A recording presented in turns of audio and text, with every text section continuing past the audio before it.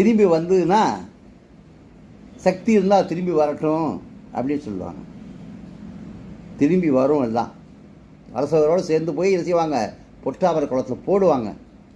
எல்லாம் வெளியே வரும். அப்போ தான் அரசர் ரொம்ப மகிழ்ச்சி அடைஞ்சு அந்த திருக்குறளை ஏற்றுக்கிட்டு திருக்குறளை எழுதுவாங்க.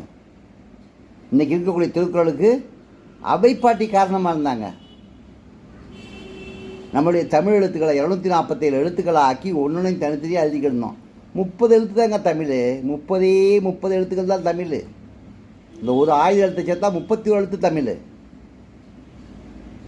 30 எழுத்து தமிழை 247 எழுத்தாக மாற்றி நம்ம மக்கள் இன்றைக்கே படிக்கிறது கஷ்டப்படுறாங்க.